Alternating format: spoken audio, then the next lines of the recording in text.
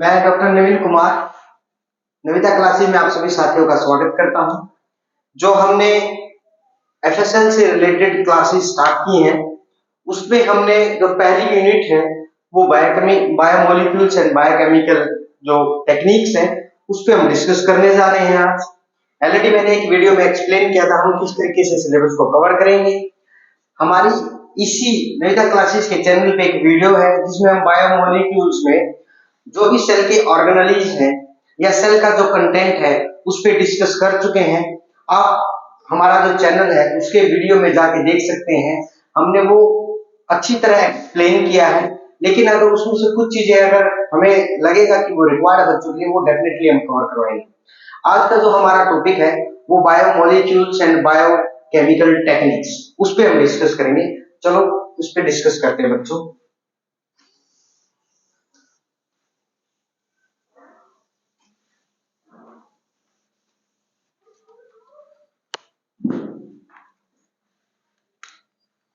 Biomolecules, biomolecules, ठीक है। अब जो बायोमोलिक्यूल्स है वो सेल जिनसे बनती है उसमें दो टाइप से डिवाइड किया जाता है बायोमोलिक्यूल्स को।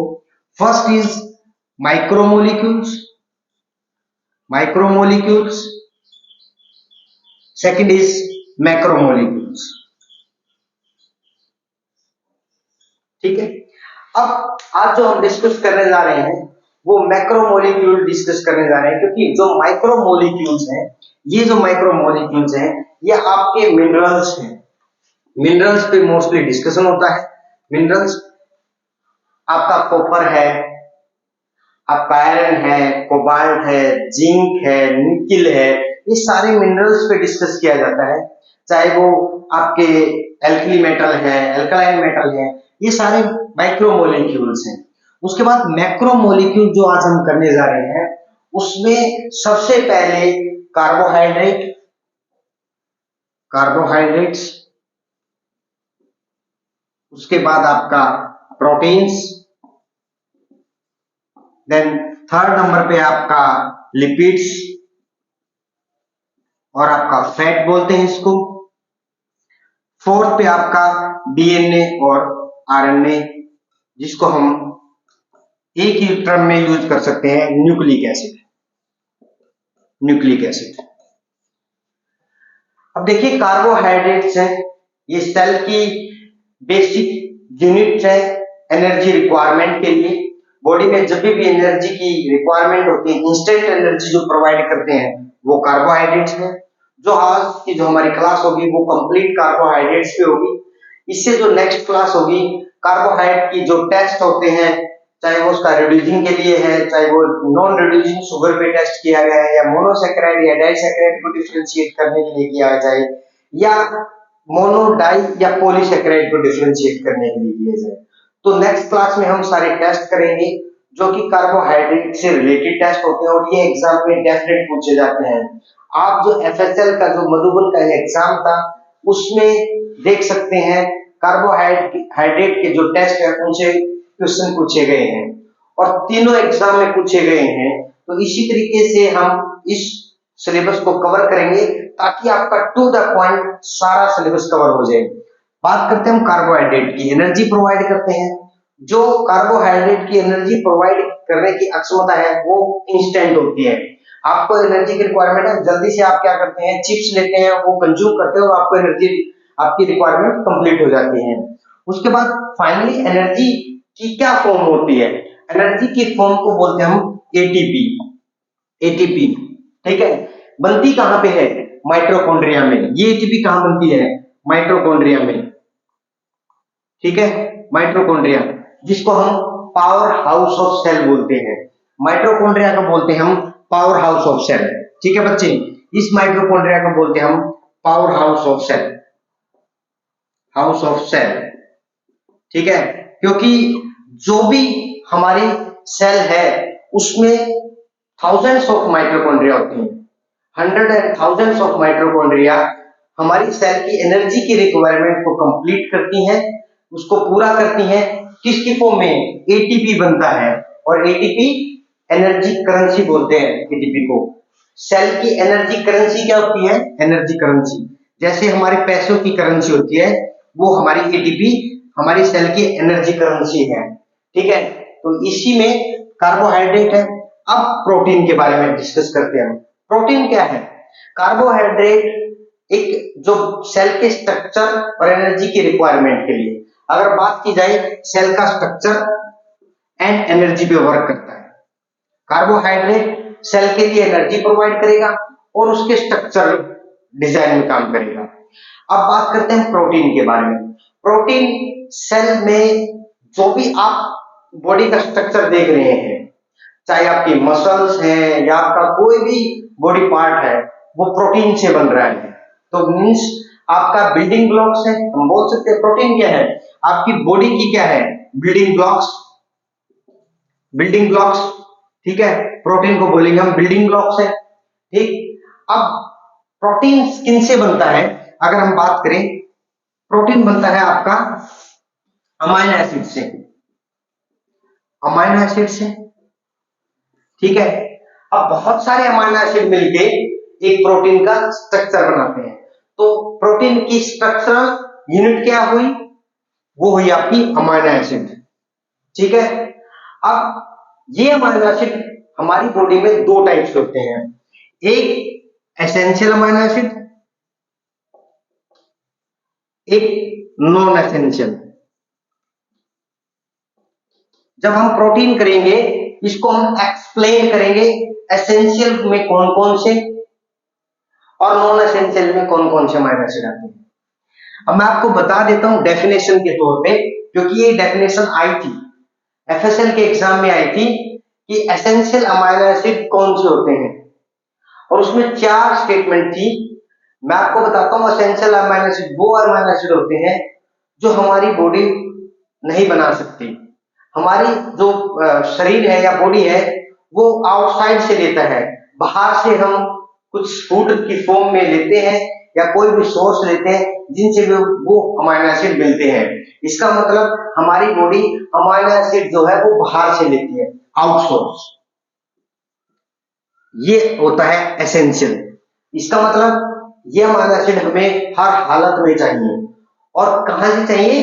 बाहरी सोर्स से।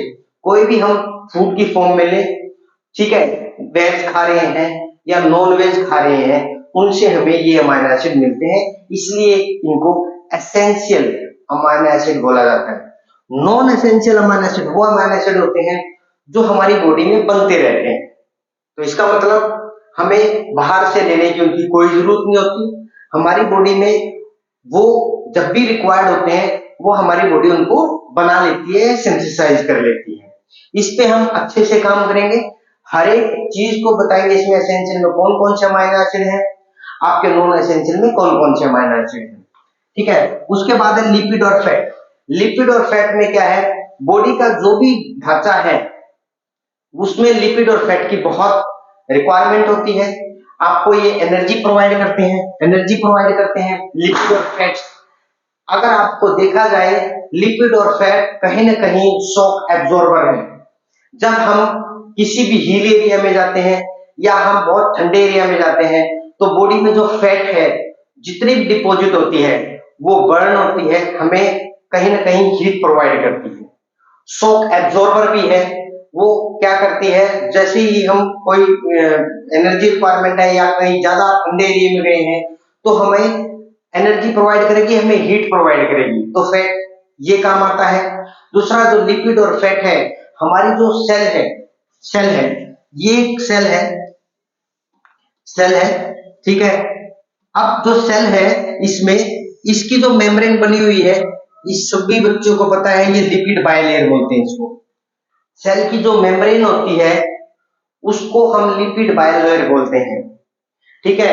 एक लिपिड बाइलेयर ये लिपिड ले रही है, एक लिपिड ले रही है, इसको बोलते हैं इनर लिपिड बाइलेयर, एलबीएल, ठीक है। ये आउटर बाइलेयर, ठीक है। तो इनर और आउटर होती है।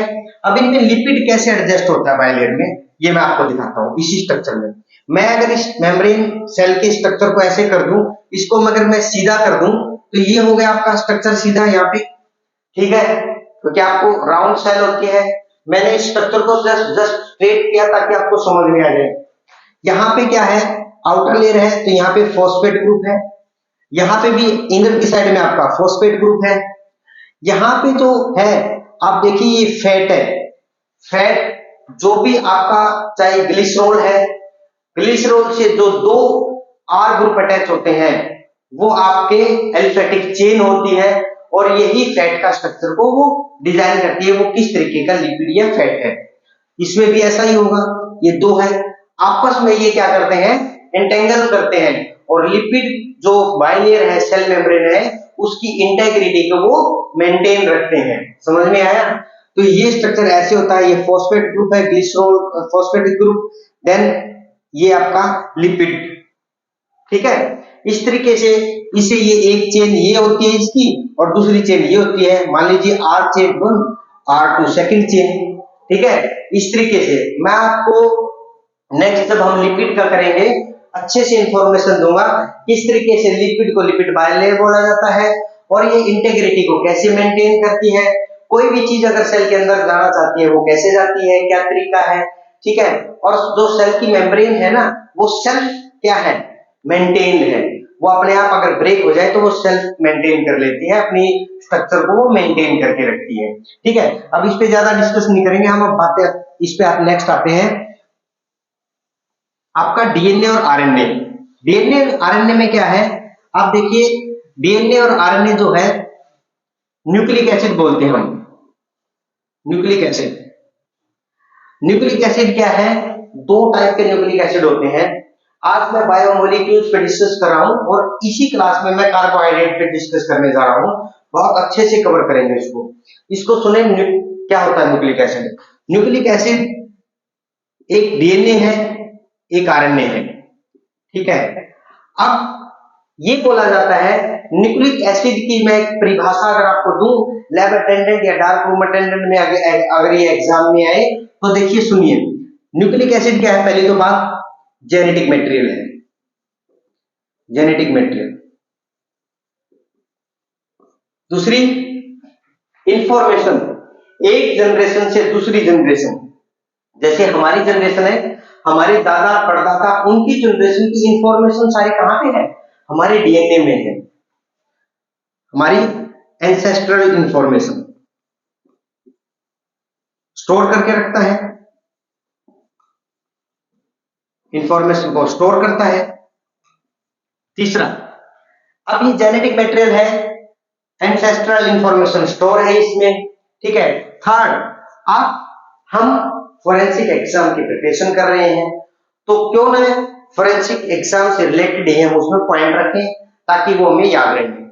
जब भी कोई क्राइम हो जाए या कोई सस्पेक्ट है उसने क्राइम कर दिया, रेप किया है या गैंग रेप किया है, तो उस पे क्या है, वहां से सैंपल लिया जाता है, चाहे वो स्पर्म सैंपल है, चाहे वो ब्लड सैंपल है, कोई भी सैंपल है, या हेयर है। जब भी इस तरीके का सैंपल लिया जाता है तो वहां से क्या किया जाता है, न्यूक्लिक एसिड मींस डीएनए को आइसोलेट किया जाता है, तो ये फोरेंसिक में हेल्प करता है।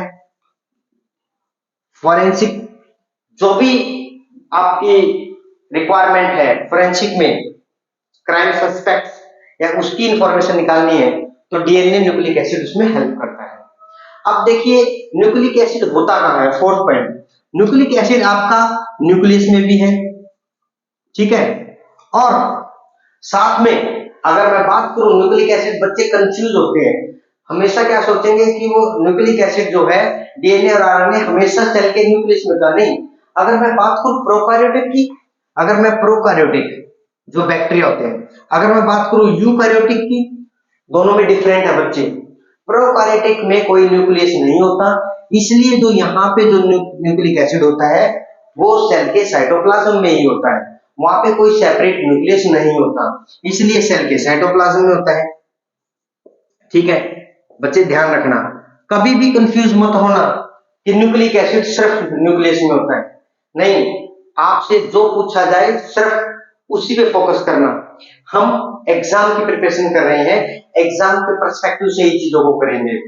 प्रोकैरियोटिक में कहाँ होता है? सेल साइटोप्लाज्म में होता है, क्योंकि प्रोकैरियोटिक के अंदर न्यूक्लिक एसिड नहीं होता, मतलब नाभिक जो होता है वो नहीं होता। अब यूकैरियोटिक में है, यूकैरियोटिक में न्यूक्लियस होता है, हम सभी कंफर्म है, ठीक है। यहाँ पे न्यूक्लियस में भी होता है और साथ में माइटोकॉन्ड्रिया में भी होता है, ठीक है। साथ में थर्ड पॉइंट क्लोरोप्लास्ट में भी होता है, प्लांट्स में जो क्लोरोप्लास्ट होता है। बच्चे आप देखें, ये चीजें ध्यान रखना, कंफ्यूज करने के लिए आपको कोई भी पॉइंट दे सकते हैं। यूकैरियोटिक में जो हम है, एनिमल और प्लांट्स हैं, उसमें न्यूक्लियस में भी होता है न्यूक्लिक एसिड, चाहे वो डीएनए है चाहे वो आरएनए है। माइटोकॉन्ड्रिया में भी होता है, क्योंकि माइटोकॉन्ड्रिया का अपना डीएनए होता है। बच्चे याद रखना, माइटोकॉन्ड्रिया जो है उसका अपना डीएनए होता है। क्लोरोप्लास्ट तीसरे नंबर पे जो क्लोरोप्लास्ट है उसका भी अपना डीएनए होता है। बच्चे क्लोरोप्लास्ट भी अपना ही डीएनए रखते हैं, ठीक है। तो डीएनए कहाँ हुआ यूकैरियोटिक में? 3 जगह, न्यूक्लियस में भी है, माइटोकॉन्ड्रिया में भी है और क्लोरोप्लास्ट। समझ में आई चीजें? तो इसलिए आपसे अगर क्वेश्चन पूछा जाए तो उसी तरीके से आप उन चीजों को सोचें, ठीक। उसके बाद अब मैं बात करता हूं, ये तो हो गया हमारा न्यूक्लिक एसिड कहाँ कहाँ होता है, क्या क्या इंफॉर्मेशन होती है। अब न्यूक्लिक एसिड क्या हमारी सेल जो है उसमें कितने टाइप का होता है, क्या क्या होता है न्यूक्लिक एसिड? न्यूक्लिक एसिड अगर मैं डीएनए की बात करूं या आरएनए की बात करूं, डीएनए या आरएनए पे अगर हम बात करते हैं, देखिए इन दोनों में कॉमन चीजें होती हैं क्या? Nitrogenous base, nitrogenous base. अब दूसरा शुगर, शुगर, ठीक है। ये चीजें आपके डीएनए और आरएनए में क्या है? कॉमन होते हैं, लेकिन इनमें डिफरेंट होता है, वो मैं बताऊंगा क्या क्या डिफरेंट होता है। जो थर्ड है वो फॉस्फेट। बच्चे एक क्वेश्चन आया था एफएसएल में, क्वेश्चन क्या था कि न्यूक्लियोसाइड क्या होता है? न्यूक्लियोसाइड और एक होता है न्यूक्लियोटाइड। अब मैं आपको बताऊंगा, जहां पे शुगर और नाइट्रोजनस बेस है, शुगर और नाइट्रोजनस बेस है, उसको बोलते हैं न्यूक्लियोसाइड, न्यूक्लियोसाइड्स, ठीक है। समझ में आया? उसको हम न्यूक्लियोसाइड बोलते हैं। जहां पे नाइट्रोजनस बेस भी, शुगर भी और आपका फॉस्फेट ग्रुप भी, अगर ये तीनों है, तीनों है, ये भी और फॉस्फेट भी, उसको हम न्यूक्लियोटाइड बोलते हैं, न्यूक्लियोटाइड, ठीक है बच्चे, न्यूक्लियोटाइड। अब देखना, अब हम समझ में आ गया न्यूक्लियोसाइड क्या है और न्यूक्लियोटाइड क्या है, तो इसमें कहीं भी कंफ्यूजन नहीं होना चाहिए। आपसे अगर पूछ लिया जाए न्यूक्लियोटाइड क्या है, न्यूक्लियोसाइड क्या है, तो आप ध्यान रखें, मैं रिपीट करता हूं उसको। न्यूक्लियोसाइड में क्या क्या होंगे? 2 चीजें होंगी बस, नाइट्रोजनस बेस, ठीक है, और शुगर, शुगर, ठीक है, ये 2 चीजें होंगी। लेकिन न्यूक्लियोटाइड में 3 चीजें होंगी, नाइट्रोजनस बेस, शुगर और फॉस्फेटिक, फॉस्फेट। समझ में आई बात चीजें? तो 3 चीजें होती हैं, NSP, NS nucleoside, nucleoside, N S, N S. समझ में आया? आपका एकदम से कंसेप्ट क्लियर होना चाहिए इन चीजों में, कोई कंफ्यूजन नहीं हो। जैसे ही एग्जाम में ऑप्शन आए तुरंत से क्लिक करें। न्यूक्लियोटाइड, एन टी, एनएस तो है ही है उसमें, न्यूक्लियोटाइड में एनएस तो है ही है, और उसमें हमने क्या कर दिया? टी को ऐड कर दिया। टी क्या है आपका? फॉस्फेट, ये वाला टी, टी, ठीक है। तो आपका एन एस पी इसमें हो गया, फॉस्फेट में टी आता है, उससे आपको याद रह जाएगा, ठीक है। तो इसमें तीन चीजें होती हैं, न्यूक्लियस नाइट्रोजनस बेस भी होता है, इसमें शुगर भी होती है, और इसमें आपका फॉस्फेट भी होता है। फॉस्फेट के टी से याद रख लेना, न्यूक्लियोटाइड टी, ये वाला टी, ठीक है। अब आप बात करते हैं इसी पे, न्यूक्लियोटाइड में हमने डिस्कस किया, न्यूक्लियोसाइड में दो चीजें डिस्कस की हैं, अब हम उस पर डिस्कस करते हैं। देखिए, जो आपके नाइट्रोजनस बेस है वो कितने टाइप के होते हैं, कौन कौन से होते हैं नाइट्रोजनस बेस?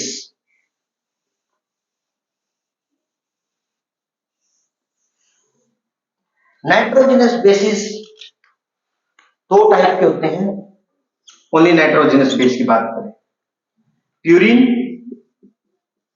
एंड पैरिमिडिन, ठीक है। अब प्यूरिन क्या है और पैरिमिडिन क्या है? प्यूरिन क्या होते हैं? दो होते हैं बच्चे। जिस तरीके से मैं आपको फ्लो चार्ट से, डायग्राम से समझा रहा हूं, उसी तरीके से अपने नोट्स बनाते जाएं, ताकि कल को रिवीजन में बहुत हेल्प होगी। एक चीज और बताता हूं, जो बच्चे नेट की प्रिपरेशन कर रहे हैं या किसी कॉम्पिटिटिव एग्जाम के लिए तैयारी कर रहे हैं, सीनियर साइंटिस्ट का वो ऑलरेडी हम कवर कर ही रहे हैं, या कोई और ऐसा एग्जाम है उसमें भी आपको बहुत हेल्पफुल होगा ये। प्यूरिन दो होते हैं, ठीक है, एडेनिन और ग्वानिन,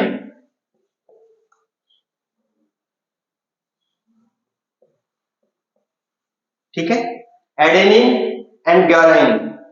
पैरिमिडिन तीन होते हैं, ठीक है, सी टी यू, ठीक है। प्यूरिन को याद करने का तरीका, ए जी, एडेनिन एंड ग्वानिन। पैरिमिडिन आपका साइटोसिन, सी से साइटोसिन, साइटोसिन, टी से थायमिन, यू से यूरेसिल, ठीक है बच्चे। तो ये चीजें आपको याद रखनी है। अब पैरिमिडिन में तीन है और प्यूरिन में आपके दो है, एक आपका एडेनिन है, एक आपका ग्वानिन है, ठीक है। पैरिमिडिन में आपकी तीन है, साइटोसिन है, थायमिन है एंड यूरेसिल है, सीटी। अब हम इस पे डिस्कस करेंगे इनमें क्या क्या इंपॉर्टेंट और कौन कौन कहां होता है। जब मैंने डीएनए और आरएनए पे बात की थी, तो है तो दोनों ही न्यूक्लिक एसिड, दोनों ही जेनेटिक मटेरियल है, और दोनों ही कहीं ना कहीं फॉरेंसिक में या कोई भी एंसेस्ट्रल इंफॉर्मेशन में हेल्प करते हैं, ठीक है। फाइलोजेनेटिक ट्री अगर बनाना है पूरे एंसेस्टर का या पूरी जनरेशन का, जितनी जनरेशन है, तो वो वहां से बन जाएगा, चाहे डीएनए है चाहे वो आरएनए है। अब डीएनए और आरएनए में डिफरेंस क्या है, वो इंपॉर्टेंट चीज है, उसको हम पॉइंट में देखते हैं। अब देखिए, purine, adenine, pyrimidine, cytosine, thymine and uracil, DNA में डिफरेंस क्या होता है? पहले हम डिफरेंस में बात करेंगे, इंपॉर्टेंट पॉइंट करेंगे। डीएनए में क्या होता है? नाइट्रोजनस बेस की जब बात आए, नाइट्रोजनस बेस, शुगर पे बाद में बताऊंगा, फॉस्फेट दोनों में कॉमन होता है। ये जो फॉस्फेट होता है ना, ये जो तीन चीजें मैंने बताई है, तीन चीजें न्यूक्लिक एसिड की कॉन्स्टिट्यूएंट यूनिट है, बेसिक यूनिट होती है। किसी भी न्यूक्लिक एसिड में ये तीनों जरूर मिलेंगे, लेकिन डिफरेंट मिलेंगे, वो डिफरेंट बता रहा हूं, डीएनए में क्या है और आरएनए में क्या है। डीएनए की जो नाइट्रोजनस बेस है वो आपके एक प्यूरिन और एक पैरिमिडिन, जो अभी मैंने करवाया। प्यूरिन में कौन कौन सा होगा? ए भी होगा बच्चे और जी भी होगा। डीएनए में प्यूरिन में कौन होगा? ए भी होगा और जी भी होगा, लेकिन पैरिमिडिन में आपका सी होगा और टी होगा, बस बच्चे याद रखें, यू नहीं होगा, सी होगा और टी होगा, सी और टी, बस ए और जी ये दो होंगे, ठीक है। मतलब प्यूरिन में एडेनिन एंड ग्वानिन, पैरिमिडिन में आपका साइटोसिन एंड थायमिन, ठीक है। अब बात करते हैं हम आरएनए की। आरएनए में जो नाइट्रोजनस बेस होंगे, नाइट्रोजनस बेस होंगे,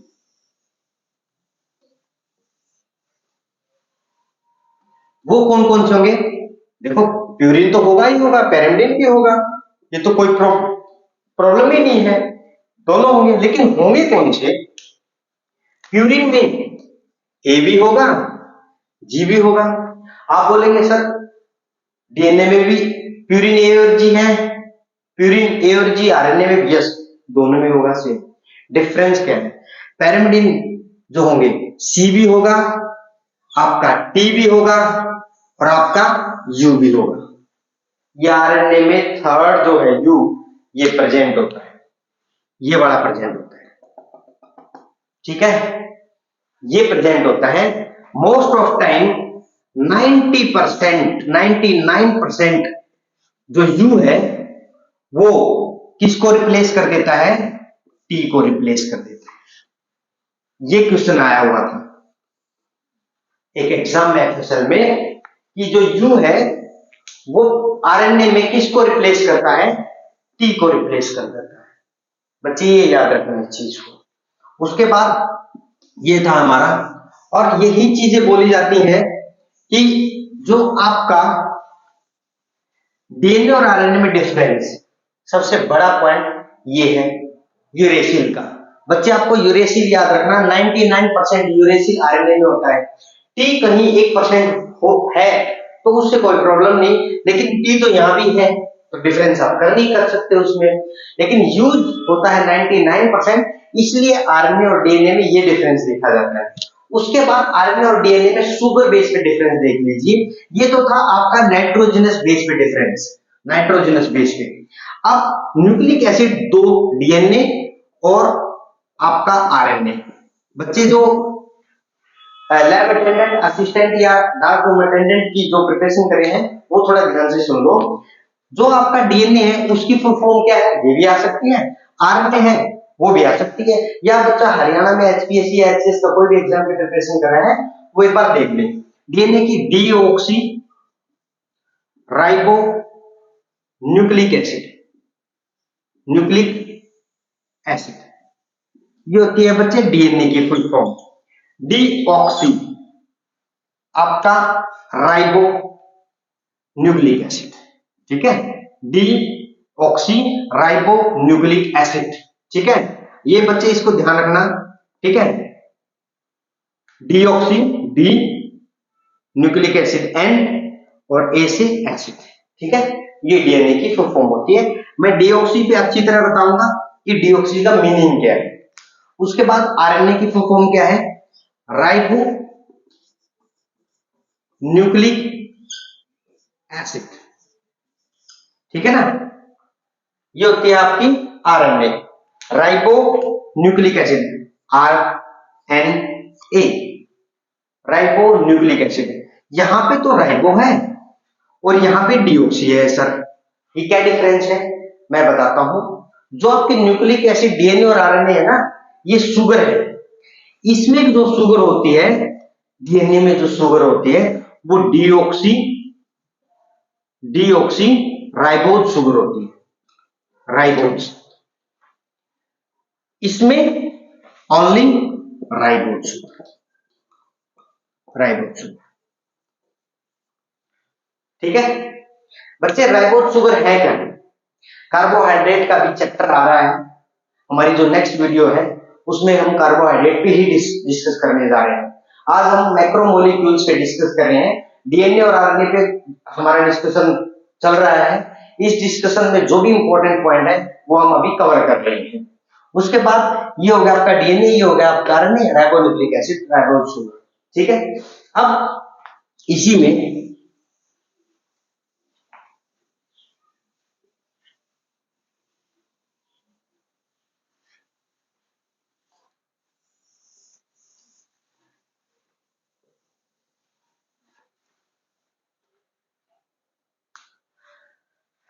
जब भी डीएनए की बात आए या आरएनए की बात आए, जब भी डीएनए की और आरएनए की बात आए, डीएनए जो होता है वो डबल स्टैंड भी हो सकता है, डबल स्टैंड डीएनए और सिंगल स्ट्रैंड, ठीक है। डबल स्ट्रैंड कैसे? दो strand, one strand and second strand, ठीक है। Single strand, only single strand. अब बच्चे ये क्या होगा? डीएनए, यस जेनेटिक मटेरियल है, कहीं पे ये डबल स्टैंडर्ड फॉर्म में है, कहीं पे ये सिंगल स्टैंडर्ड फॉर्म में है। हो सकता है डीएनए है वो, लेकिन आरएनए क्या है, ये भी सिंगल स्ट्रैंड हो सकता है और डबल स्ट्रैंड भी हो सकता है। ठीक, लेकिन डिफरेंस क्या होगा, इंपॉर्टेंट चीजें क्या है आप देखेंगे। मैं आरएनए पे डिस्कस करने जा रहा हूं। जो राइबोन्यूक्लिक एसिड है वो जेनेटिक मटेरियल मोस्ट ऑफ जो वायरसेस है, वायरसेस उनका जेनेटिक मटेरियल होता है आरएनए। ठीक है, जेनेटिक मटेरियल क्या होता है, उनका होता है। वायरसेस का जेनेटिक मटेरियल क्या होता है, आरएनए होता है। ठीक है, और सिंगल स्टैंडर्ड फॉर्मेट में ज्यादा पाया जाता है, सिंगल स्टैंडर्ड फॉर्मेट में। उसके बाद सिंगल स्टैंडर्ड फॉर्मेट की मैं बात कर रहा हूं, ये ज्यादा पाया जाता है। अब आरएनए भी बहुत सारे टाइप के होते हैं। अब मैं आरएनए की बात करूं, आपने सुना भी होगा, क्योंकि हम एग्जाम पर्सपेक्टिव ये लेक्चर या क्लासेस ले रहे हैं, तो हमें एग्जाम पर्सपेक्टिव बात करनी चाहिए। आरएनए में सेल में एक सेल है, ये सेल है, ठीक है, डबल लेयर है, इसका ये न्यूक्लियस है, ये भी डबल लेयर होता है, न्यूक्लियस भी। ठीक है, यहां पे क्या होता है, आपका डीएनए होता है, ये डीएनए है। ठीक, अब ये जो आरएनए है ये कहां होता है आरएनए, अगर देखिए, जब मोस्ट ऑफ आरएनए की अगर मैं बात करूं, वो आपके न्यूक्लियस में भी मिल सकते हैं और आपका आरएनए साइटोसोल साइटोप्लाज्म में भी है, साइटोसोल या साइटोप्लाज्म। ठीक है, दोनों एक ही चीज है बच्चे, ध्यान रखना। मैं साइटोसोल और साइटोप्लाज्म के डिफरेंस में भी आपको बताऊंगा एक क्लास में, जिसमें ये क्वेश्चन एफएसएल में पूछा गया था एसएससी में कि व्हाट इज साइटोप्लाज्म। उसके 4 ऑप्शन थे, वो क्लिक कर रहा था कौन सा ऑप्शन करेक्ट है। अब न्यूक्लिक एसिड, न्यूक्लियस में भी आरएनए होता है और आपका साइटोसोल में भी होता है। अब न्यूक्लिक एसिड में आरएनए है, वो तो आरएनए है ही है। उसके बाद जो साइटोसोलिक है वो क्या है, अब न्यूक्लियस में भी क्या होगा, जो न्यूक्लियोलस है, न्यूक्लियोलस, ठीक है ना,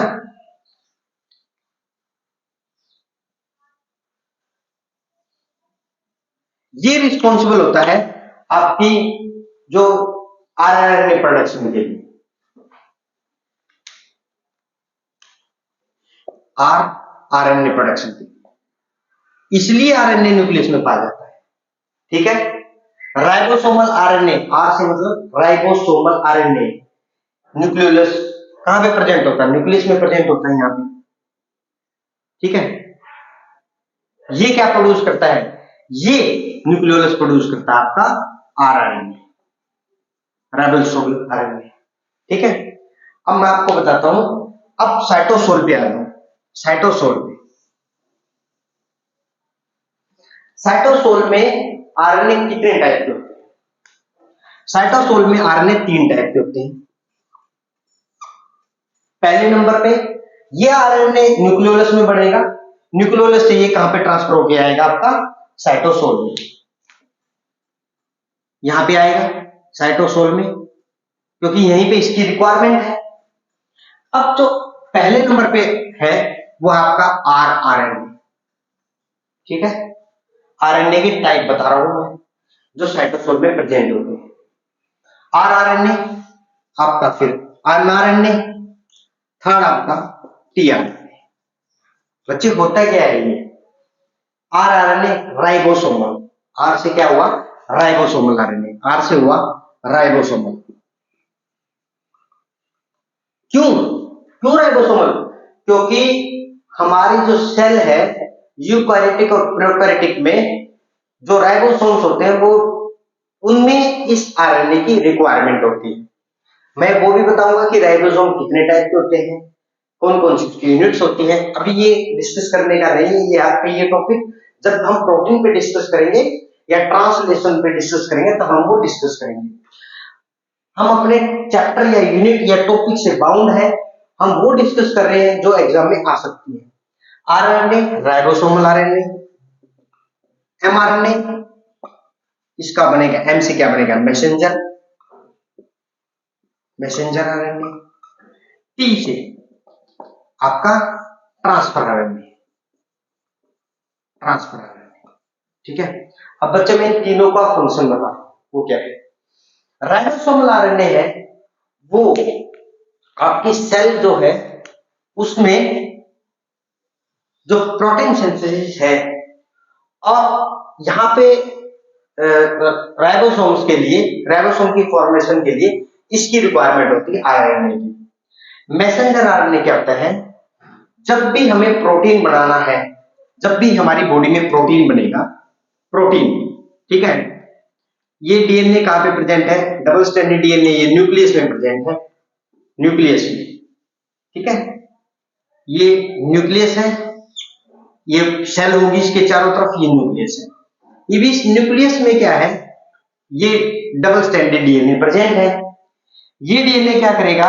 यहां पे ट्रांसक्रिप्शन प्रोसेस करेगा, न्यूक्लियस में ही क्या करेगा? Transcription, transcription. और ये जो प्रोडक्ट बनेगा ये होगा आपका एमआरएनए। ये सेल की कहां पे आएगा? ये साइटोसोल है, मतलब साइटोप्लाज्म है, ठीक है, ये यहां पे आ गया, किस फॉर्म में आया? एमआरएनए की फॉर्म में, मैसेंजर आरएनए बोलते हैं इसको। इस एमआरएनए पे यहां पे राइबोसोम बाइंड करेंगे, इसकी ये स्मॉल नीचे वाली, ऊपर वाली लार्ज यूनिट, और यहां से क्या स्टार्ट हो जाएगा? आपका प्रोटीन सिंथेसिस, ठीक है। ये आपका एमआरएनए है, एमआरएनए है, इस पे राइबोसोम बाइंड किए और एंजाइम बाइंड किए, ट्रांसलेशन किए, और आपका क्या हो गया? प्रोटीन का सिंथेसिस हुआ, ठीक है, इसको बोलते हैं एमआरएनए। अब उसके बाद आता है आपका tRNA, transfer RNA. Transfer RNA क्या करता है?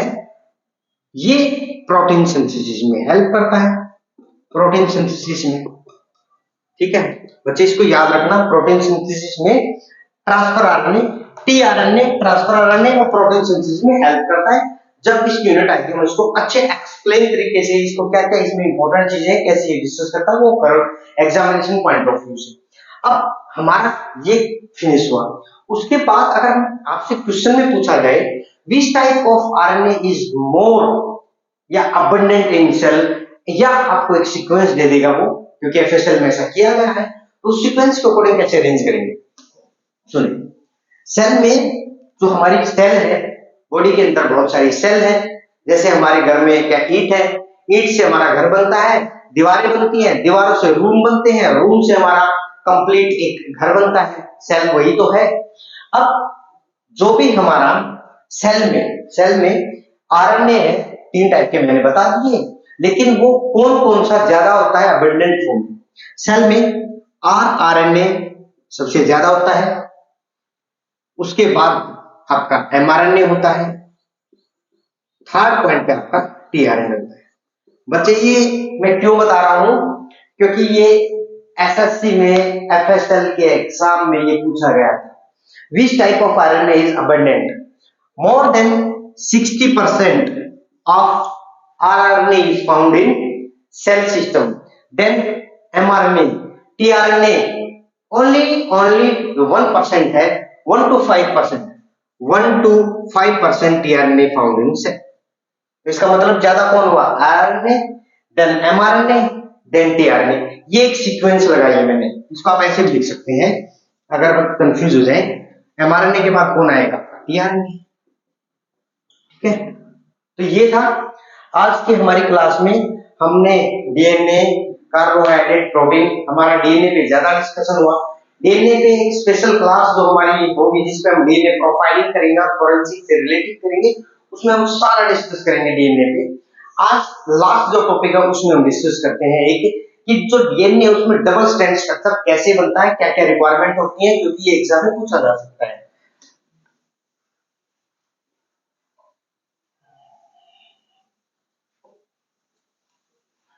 आपसे एक क्वेश्चन पूछ सकते हैं, which of the following nucleic acid is more stable? DNA ज्यादा स्टेबल है या आरएनए ज्यादा स्टेबल है?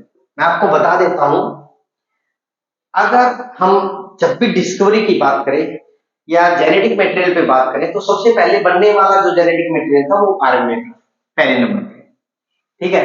लेकिन आरएनए स्टेबल नहीं था, डेफिनेटली अडेप्टेबिलिटी के साथ, सेल के रिक्वायरमेंट के साथ आरएनए को स्टेबल बनाने के लिए या आरएनए में चेंजेस आए, धीरे धीरे चेंजेस के साथ क्या हुआ, वो डीएनए में कन्वर्ट हुआ, फिर डीएनए क्या हुआ, बहुत स्टेबल फॉर्म में। तो सेल में या पूरे एनवायरनमेंट में, नेचुरल सिस्टम में DNA is more stable than RNA. DNA क्या है, आरएनए से ज्यादा स्टेबल है। Then what is the reason? पहला रीजन, डीएनए आरएनए से ज्यादा स्टेबल है। फर्स्ट रीजन आपको ऑप्शन में आ सकता है, इन केस ऑफ आरएनए, आरएनए के केस में जो शुगर होती है वो राइबोज होती है। आरएनए में राइबोज शुगर है, इसलिए वो अनस्टेबल है। Yes, unstable due to ribose sugar. सही है, क्योंकि राइबोज शुगर का स्ट्रक्चर ये होता है, ठीक है। और राइबोज शुगर में क्या होता है, सेकंड और थर्ड पोजीशन पे OH यहां पे होता है और OH यहां पे होता है, ठीक है। यहाँ पे नाइट्रोजनस बेस अटैच होते हैं। नाइट्रोजनस बेस कोई भी हो सकता है। नाइट्रोजनस बेस दो में किया था, प्यूरिन एंड पेरिमिडिन। प्यूरिन में आपका A हो सकता है, G हो सकता है, पेरिमिडिन में आपके आरएनए के बारे में बात कर रहा हूं। राइबोज शुगर है तो आरएनए में क्या होगा, राइबोज शुगर होगी। और हम अनस्टेबिलिटी की बात करें, अनस्टेबल जो स्टेबल नहीं है, तो ऑब्वियस सी बात है वो आरएनए कम स्टेबल है इन कंपेयर टू डीएनए, क्योंकि राइबोज शुगर, अब मैं रीजन बता रहा हूं, राइबोज शुगर है तो क्यों अनस्टेबल है। अब ये बेस इसमें कौन कौन से होते हैं, आपका सी भी होता है, आपका टी भी होता है, यू होता है। ये यू ज्यादा होता है, ठीक है, 99% होता है। पहला रीजन तो यही है कि uracil is unstable form of nitrogenous base in compare to thymine. Thymine की कंपैरिजन में, इसकी कंपैरिजन में ये अनस्टेबल होता है, पहली बात। दूसरी चीज, अनस्टेबिलिटी का रीजन क्या है, क्योंकि जो आपकी शुगर है ये राइबोज शुगर है, ये राइबोज शुगर स्ट्रक्चर, यहाँ पे नाइट्रोजनस बेस अटैच होते हैं और यहाँ पे इसका फॉस्फेट जो ग्रुप होता है वो अटैच होता है, ठीक है। अब देखिए, जिसको 5 प्राइम एंड ये आपका 3 प्राइम एंड शुगर पे। अब यहाँ पे एक चीज बताइए मुझे, अगर ये OH जो है और ये OH है, फ्री हाइड्रोक्सिल ग्रुप है, ये इजी से ब्रेक डाउन हो सकते हैं, रिएक्ट कर सकते हैं, तो डेफिनेटली ये OH फ्री पोजीशन में अवेलेबल है, ये इजी से इनके ऊपर रिएक्शन हो सकती है, इसलिए राइबोज शुगर जो है that is unstable form in case of RNA. But in case of DNA ऐसा क्या होता है कि वो ज्यादा स्टेबल होता है डीएनए में। पहली तो बात क्या है, डीएनए में अगर मैं बात करूं, जो नाइट्रोजनस बेस होते हैं प्यूरिन एंड पेरिमिडिन, प्यूरिन में आपके A G, पेरिमिडिन में सिर्फ 2 C एंड T, स्टेबिलिटी है। अब दूसरी चीज क्या है, इसमें स्टेबिलिटी का रीजन क्या है, आप जब आप जाएंगे डीएनए की फुल फॉर्म देखेंगे, डीएनए की फुल फॉर्म होती है डीऑक्सी राइबो, ठीक है, ribose, ribo nucleic acid, nucleic acid, ठीक है। अब देखिए डीऑक्सी का मीनिंग क्या है, डीऑक्सी के कारण डीएनए ज्यादा स्टेबल फॉर्म में है। उसके और बहुत सारे रीजन है, वो भी हम डिस्कस करने जा रहे हैं। पहले हम बहुत बड़ा पॉइंट चेक करते हैं। ये आपकी डीऑक्सी राइबोज शुगर है, कैसे, यहां पे इसका नाइट्रोजनस बेस इस पे अटैच होते हैं, लेकिन यहां पे जो पोजीशन होती है डीऑक्सी, डीऑक्सी, यहां पे जो ये OH है ना और ये OH है, इनका हाइड्रोलाइसिस हो जाता है और यहां से जब वाटर मॉलिक्यूल बाहर आता है, ठीक है, ये बॉन्डिंग बना लेते हैं, एक H इसका निकल गया, ये OH पूरा निकल गया, तो यहां पे जो बॉन्डिंग बनेगी ये O आपका,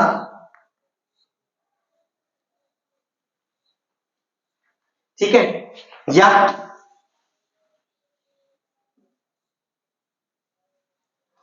दैट इज डीऑक्सी। अब ये कोई भी फ्री फॉर्म में अवेलेबल नहीं है, तो कहीं से भी एसिड या बेस किसी का भी अटैक होगा तो यहां पे कोई इफेक्ट नहीं आएगा, वो डिग्रेड नहीं होगा। That is the reason for the DNA stability. Got it? This is first point. Second point, T is, in case of RNA U ज्यादा होता है, 99% होता है, but in case of DNA T is 99%, 99.9, 0.9%। समझ में आया? सेकंड रीजन, ये second हुआ। थर्ड रीजन, बच्चे ये क्वेश्चन में पूछ सकता है, मैं आपको डायरेक्ट पढ़ा भी रहा हूं, क्लासेस है प्लस आपकी प्रिपरेशन है, मैं वो पॉइंट करवा रहा हूं जो आपके डेफिनेट आपके हिट करेंगे और क्वेश्चन में वो आपको 4 जो ऑप्शन देगा उसमें मिलेगा। जो थर्ड पॉइंट है DNA, why DNA is more stable. DNA double standard form में ज्यादा होता है। डीएनए की 2 फॉर्म होते हैं, double standard and single standard. Double standard में क्या होता है, 2 डीएनए की स्ट्रैंड होती हैं, ये और ये, 5 prime and 3 prime and 3 prime and 5 prime and. ठीक है, इनमें क्या होता है, जो बेस पेयर होते हैं ना, वो आपस में हाइड्रोजन बॉन्ड बनाते हैं। अगर इस स्ट्रैंड पे ए है तो इसके अपोजिट कंप्लीमेंट्री क्या मिलेगा आपको, टी मिलेगा। ठीक है, ये कंप्लीमेंट्रिटी है डीएनए में। ए किससे कंप्लीमेंट्री होगा, टी से, जी किससे होगा आपका, सी से। समझ में आया? यहां पे क्या है, ए और टी के बीच में, ए और टी के बीच में 2 हाइड्रोजन बॉन्ड है। ठीक, अगर इसी में डबल स्टैंड में जी यहां पे है तो यहां पे क्या होगा, सी होगा। लेकिन जी और सी के बीच में जो बॉन्ड है वो 3 हाइड्रोजन बॉन्ड है, 1 2 3। इट मींस ए और टी के बीच में 2 हाइड्रोजन बॉन्ड, जी और सी के बीच में 3 हाइड्रोजन बॉन्ड। तो स्टेबिलिटी का रीजन ये भी है।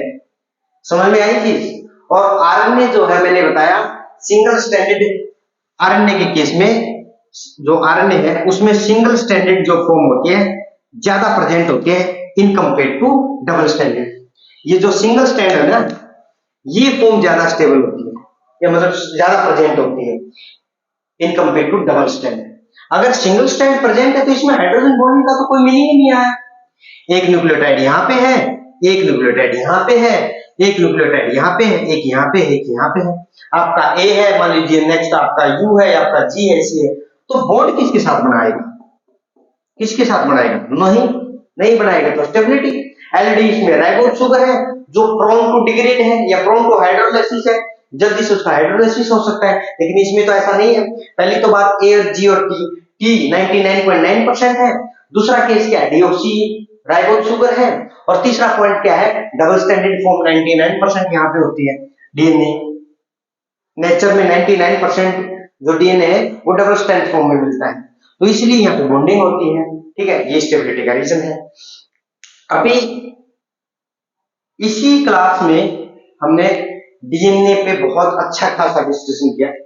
इवन डीएनए पे बहुत सारी चीजें हैं, डबल स्टैंडर्ड स्ट्रक्चर है, वाटसन क्रिक मॉडल है, कैसे उसकी मॉडलिंग, कितने टाइप के वो स्ट्रक्चर होते हैं, कितने टाइप की कॉन्फ़िगरेशन होती है, ठीक है, कितने न्यूक्लियोटाइड होते हैं, एक जो रिवॉल्विंग होती है। ठीक है, उसी तरीके से हमारी जो नेक्स्ट क्लास होगी इसमें खत्म करेंगे हम बायोमोलिक्यूल्स पे, सीधा फिर उसके बाद हम कार्बोहाइड्रेट पे डिस्कशन करेंगे। नेक्स्ट क्लासेस में जो भी स्टूडेंट हमारे साथ जुड़ना चाहते हैं वो कमेंट सेक्शन में कमेंट कर सकते हैं, और हमारा अलग से एक हम ग्रुप में हमारा जो चैनल है उसका जो कांटेक्ट नंबर है उसको हम ड्रॉप करेंगे, आप उस पर डायरेक्टली कांटेक्ट कर सकते हैं, क्योंकि हमारी जो एफएसएल की क्लासेस है वो कंटिन्यू रहेंगी। इसी तरीके से हम डिस्कशन करेंगे। हमारा जो डिस्कशन है वो टू द पॉइंट रहेगा, पॉइंट पे हम स्टिक रहेंगे। दूसरा, एग्जामिनेशन पर्पज से हम वर्क कर रहे हैं, कॉम्पिटिटिव एग्जाम पे हम काम कर रहे हैं, तो हम कॉम्पिटिटिव एग्जाम के तौर तरीके से ही काम करेंगे, न कि किसी आप माने कि कोई क्लास है जिस तरीके में बहुत सारी चीजें ऐसी डिस्कस की जाती हैं जिनकी रिलेवेंसी नहीं है। सिर्फ हम उन चीजों पे काम करते हैं जो रिलेवेंट है according to examination, exam point of view. हम रिलेवेंट चीजों पे, या हमारा जो एक्सपीरियंस है वो कॉम्पिटिटिव एग्जाम में जो एमसीक्यूज है या कॉम्पिटिटिव एग्जाम में हुए क्वेश्चन है, प्रीवियस ईयर जो क्वेश्चन है उन पे हम उनको देखते हैं, देख के हम सारे जो चीजें हैं कि ये भी पूछा जा सकता है, ये भी पूछा जा सकता है, वो हम आपके साथ क्लास में डिस्कस करते हैं। नविता क्लासेस में अगर आप नए हैं चैनल पे तो चैनल को सब्सक्राइब करना ना भूलें। वीडियो अगर आपको पसंद आई है, वीडियो लाइक शेयर सब्सक्राइब जरूर करें। Thank you all.